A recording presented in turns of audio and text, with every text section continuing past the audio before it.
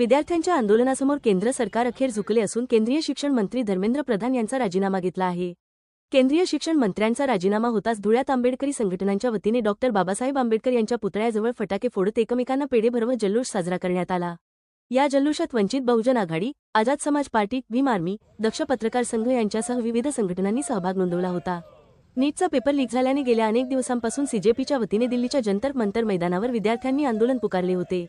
विद्यार्थ्यांच्या आंदोलनावर दिल्ली पोलिसांनी केलेल्या अमानुष लाठीचार्ज विरोधात संपूर्ण भारतभरात विविध संघटनांच्या वतीने आंदोलन पुकारण्यात आले होते। विविध संघटनांचा वाढता दबाव, विद्यार्थ्यांच्या आंदोलनातील चिकाटी यापुढे केंद्र सरकार झुकले असून अखेर केंद्र सरकारने शिक्षण मंत्र्यांचा राजीनामा घेतला असून त्यामुळे धुळ्यात विविध आंबेडकरी संघटनांच्या वतीने फटाक्यांची आतिषबाजी करत जल्लोष साजरा करण्यात आला आहे। यावेळी वंचित बहुजन आघाडीचे शंकरअण्णा खरात, दक्ष पत्रकार संघाचे बापू बागुल, संजय अहिरे, दीप बागुल, योगेश पगारे, आकाश बागुल, बॉबी नागमल, आझाद समाज पार्टीचे दिलीप मोहिते, संजय चव्हाण, रावण, दादाबाबा सोनवणे, उत्तम जनके, तर भीम आर्मीचे राहुल वाघ, सागर चव्हाण, तात्या साळवे, एडव्होकेट राहुल वाघ, आदिवासी संघटनेचे राज साळवे यांच्यासह आंबेडकरी संघटनांचे पदाधिकारी व कार्यकर्ते मोठ्या संख्येने उपस्थित होते। मंतरवर ज्या पद्धतीने आंदोलन चाललेलं होतं आणि विद्यार्थ्यांवर जो अमानुष हल्ला पोलिसांच्या माध्यमातून झालेला होता, त्या संदर्भामध्ये श्रद्धेय बाळासाहेब आंबेडकरांनी 23 तारखेला महाराष्ट्र बंदची हाक दिलेली होती आणि तदनंतर महाराष्ट्र हा बंद केलेला होता आणि त्याच्यानंतर प्रेस कॉन्फरन्स घेऊन श्रद्धेय बाळासाहेब आंबेडकरांनी सांगितलेलं होतं, आज आम्ही बंद पाळलेला आहे। याच्या माध्यमातून जर शासनाने दखल घेतली नाही आणि प्रधानचा राजीनामा जर घेतला नाही तर या ठिकाणी मी माझ्या आंदोलनकर्त्यांना शांततेच्या माध्यमातून आमदार आणि खासदार यांच्या घरासमोर आंदोलन करावं। याच्या माध्यमातून आज या ठिकाणी जो काही राजीनामा यांचा झालेला आहे तर श्रद्धेय बाळासाहेब आंबेडकरांनी जी काही हाक दिलेली होती याच्या माध्यमातून झालेला आहे।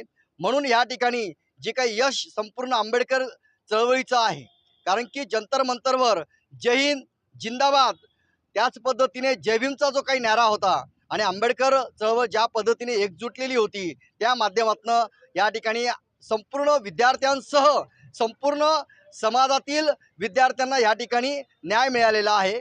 कारण की ही जी परिस्थिती जी निर्माण झालेली नीटच्या माध्यमातून जे 20 विद्यार्थी या ठिकाणी जे मरण पावलेले आहेत यांना या ठिकाणी खरी भावपूर्ण श्रद्धांजली असेल श्रद्धेय बाळासाहेब आंबेडकरांच्या संपूर्ण वंचित बहुजन आघाडीच्या माध्यमातून, असं मला या ठिकाणी वाटतं। या अनुषंगाने धुळ्यामध्ये आम्ही या ठिकाणी धुळे जिल्हा संघटक शंकरअण्णा खरात यांच्या माध्यमातून हा आनंदोत्सव या ठिकाणी आम्ही साजरा करत आहोत।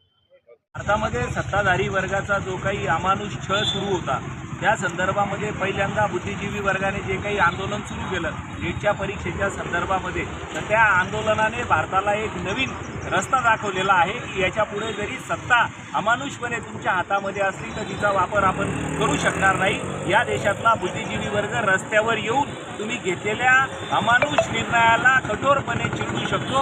हा एक संदेश या आंदोलनाच्या माध्यमामधून भारतामध्ये दिला गेलेला आहे। ज्या जागतिक भांडवलदारांच्या पाठबळाच्या आधारे हे सरकार बुद्धिजीवी वर्गाला भारतामध्ये चिरडू पाहत होतं, तर त्यांचे मनसुबे उद्ध्वस्त करण्याची प्रक्रिया आजच्या आंदोलनाने झालेला आहे। म्हणून धर्मेंद्र प्रधानचा राजीनामा म्हणजे येणाऱ्या काळामध्ये जो कुठलाही सत्ताधारी वर्ग चूक करेल त्याला शिक्षा देण्याची प्रक्रिया म्हणजे आजच्या आंदोलनाची यशस्वीता आहे। यामध्ये मुख्यतः महाराष्ट्रातल्या समग्र आंबेडकरी चळवळीने ज्या पद्धतीने चंद्रशेखरबाईंच्या पाठीशी उभे राहून या आंदोलनामध्ये सक्रिय पाठिंबा दिलेला आहे।